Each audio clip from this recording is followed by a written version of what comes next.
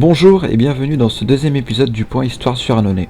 Dans ce numéro, nous allons aborder la situation de la ville entre le Xe et XIVe siècle, sa position géographique avantageuse ainsi que son développement économique et architectural. Au Moyen-Âge, Annonay eut la chance de se retrouver sur deux grandes voies de pèlerinage. La première conduisait vers la Vierge de Notre-Dame-du-Puy. Au XIe siècle, c'est un sanctuaire très fréquenté par les pèlerins de la vallée du Rhône, des Alpes et même d'Italie. La deuxième était parcourue au XIIe siècle par les croisés du centre de la France, en marche vers les lieux saints de Rome et de Jérusalem.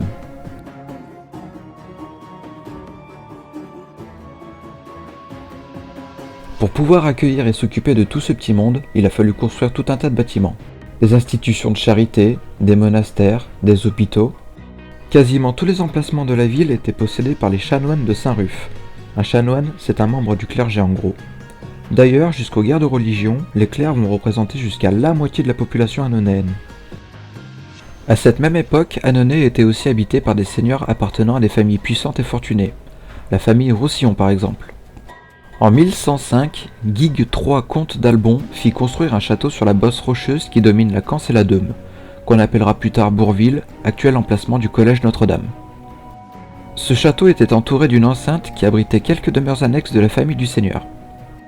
Malheureusement, aujourd'hui, il ne reste quasiment que la porte principale qui menait au château.